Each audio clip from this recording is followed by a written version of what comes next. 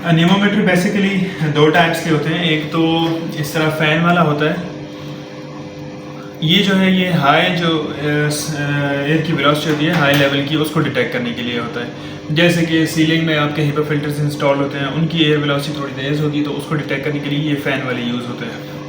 तो इसमें भी डिफरेंट जो है वो मॉड्स आते हैं, metre per second, kilometre per hour, fit पर मिनट और नॉट्स में।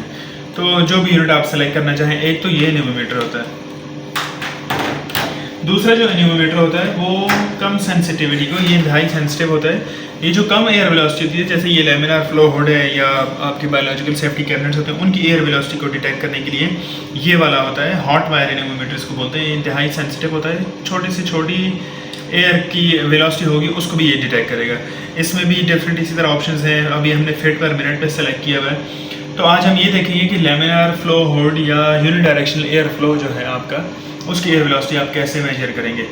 तो जैसे ये पूरा एक इसका स्क्वायर में इसका लैमिनार HEPA फिल्टर लगा हुआ है, तो हमने इसकी एवरेज एयर वेलोसिटी कैसे कैलकुलेट करेंगे। चारों कॉर्नर से हम इसकी एयर वेलोसिटी को देखेंगे कितनी है, और सेंटर से। तो 5 रीडिंग्स हमारे पास आ जाएंगी, 4 कॉर्नर्स की और 1 सेंटर की। तो जो भी रीडिंग होंगी उसको हम ऐड करेंगे और डिवाइड कर देंगे 5 पे, तो हमारे पास एवरेज एयर वेलोसिटी इसकी आ जाएगी। तो अभी हम करके देखते हैं कि कितनी एयर वेलोसिटी इसकी एवरेज है और गाइडलाइंस इस बारे में क्या कहती हैं कि कितनी एयर वेलोसिटी होनी चाहिए।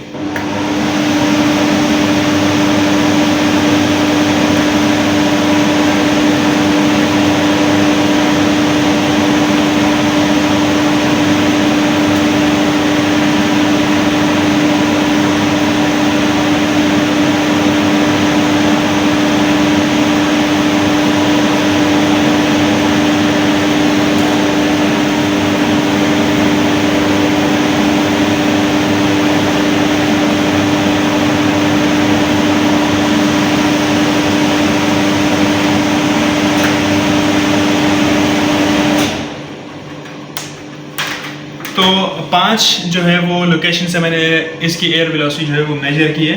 तो तकरीबन 80, 90, 98, 75, 78 इतनी एयर वेलोसिटी आ रही थी। तो 5 होता क्या है यूजुअली कि जब जिस जिस पॉइंट से आप सेलेक्ट करेंगे एयर वेलोसिटी चेक करेंगे, उसको आप नोट डाउन कर लेंगे और उसको जैसे मैंने बताया कि प्लस करेंगे, ऐड करने के बाद उसको डिवाइड करेंगे जितनी भी नंबर ऑफ लोकेशंस होंगी। इन दिस केस 5 लोकेशन है तो डिवाइड बाय 5 करेंगे, वो आपके पास एवरेज एयर वेलोसिटी आएगी। अब WHO की गाइडलाइन क्या कहती है, यूनि डायरेक्शनल एयर फ्लो में आपकी एयर वेलोसिटी कितनी होनी चाहिए।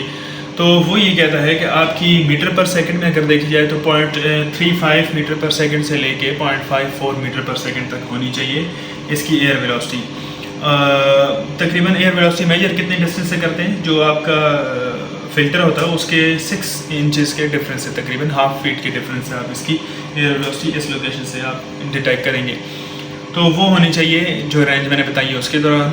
और अगर आप वर्किंग हाइट पे यानी जहाँ पे मैं काम कर रहा हूँ, तो यहाँ पे इसकी एयर वेलोसिटी है वो 0.34 मीटर पर सेकंड या 70 फिट पर मिनट होनी चाहिए। तो मैं आपको गाइडलाइन दिखाता हूँ।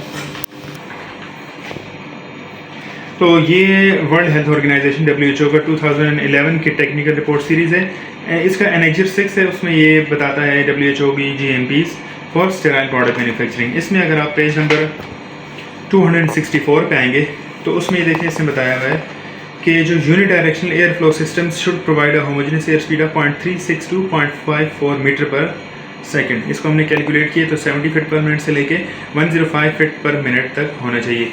और किस पोजीशन से आपने इसको वैल्यूज़ देखनी है, at a defined test position of 15 to 30 centimetre below the terminal filter, यानी कि टर्मिनल फिल्टर से 15 to 30 सेंटीमीटर नीचे आपने उसकी वेलोसिटी चेक करनी है।